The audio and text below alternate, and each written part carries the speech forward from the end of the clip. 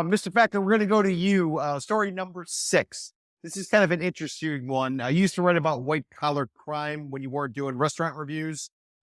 So let me go ahead and read you the headline, first couple graphs. Headline. Well, this is actually coming out of the real deal. Headline. Bay Harbor Island's longtime attorney pleads guilty in $7 million real estate fraud. Craig Sherman, 80, could face up to 40 years in prison.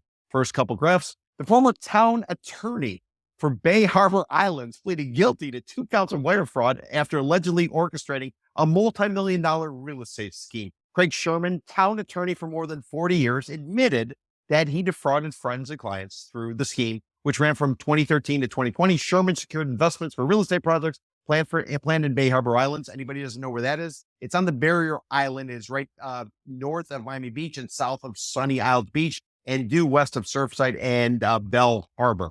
Sherman secured investments for real estate projects planned in Bay Harbor Islands, but instead of using the money for developments, he used the money for personal expenses and for his law firm, Boca Raton-based Sherman & Sherman. He also used the funds to pay for other investors' bad court filing show. He resigned in 2019 after lawsuits accused him of stealing nearly $5 million from investors who he had promised 10% annual returns on their investment. Miami Herald reported the fraud ended up totaling nearly $7 million, according to U.S. Attorney's Office for the Southern District of Florida.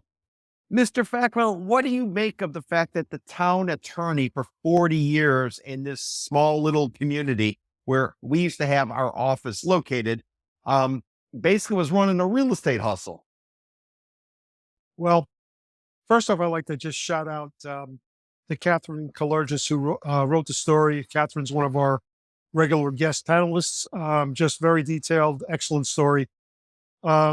Listen, one of the things I took away from this right off the bat was very similar pyramid scheme that was run by Bernie Madoff. He promised investors a 10% return. Same thing here. The investors, he took this money from investors. He paid, he took care of his law firm. He took care of himself.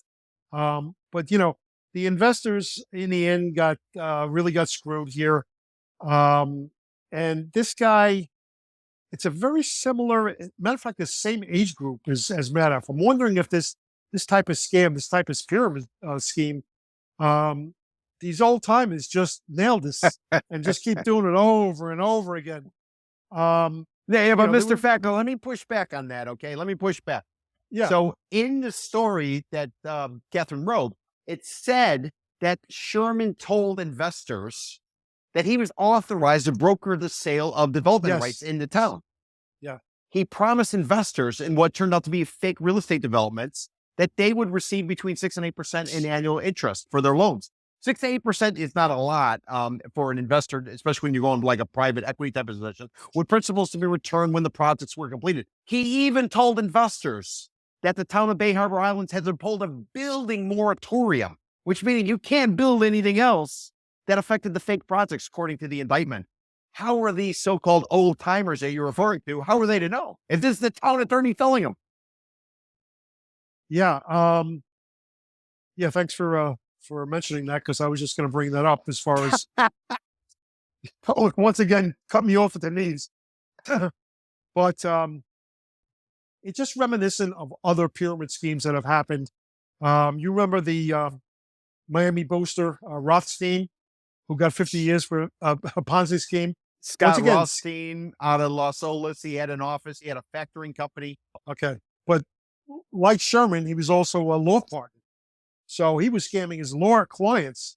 These were his legal clients, and wound up getting 50 years. One of the more notorious Ponzi schemes down here. Just seems like these Ponzi schemes keep creeping up from time to time. Maybe his wasn't real estate based, but you certainly see these. Catherine mentioned 2 other similar situations, 2 other frauds that went down recently. I don't have the information in front of me, but so she had a nice recap of all these wire fraud type cases that have happened down in South Florida, and just continues to happen. Don, a quick question.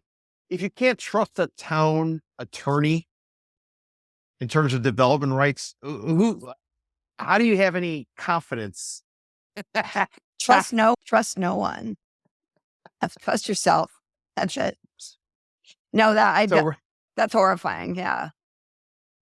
interesting. John, anything you want to add? And Bay Harbor Island it's like pretty fancy place, isn't it? I mean, this not the slums, man. But I did want to add, this is interesting, Peter. You might remember this because if you look at the time frame, 2013 to 2020, I remember you personally speaking about all these developments that are being proposed in the town. Do you recall? It was Yeah, it was a hot button area in that time frame. So that was the first thing I thought of when I saw the story. I was like, wow, this is something that Peter was talking about in his programs, about these developments that are being coming down the pike, and they're all fake, turns out.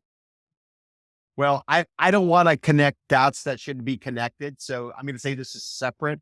But so the former town attorney in Bay Harbor Islands is faced with this. And if you guys all remember in season 3, we were talking about how the husband of the city attorney of Miami was being linked to some sort of investment type of plan where the husband was able to allegedly buy properties at a discount as part of a guardianship program, turn around and flip them within the same day or shortly after buying them. So, I'm just throwing it out there. I'm not making a connection, but, if you can't trust the town or the city attorney, who are you supposed to trust, especially if you're a real estate developer? It's sort of the question I want to, I want to just sort of put out there. That's a great point. It's rhetorical.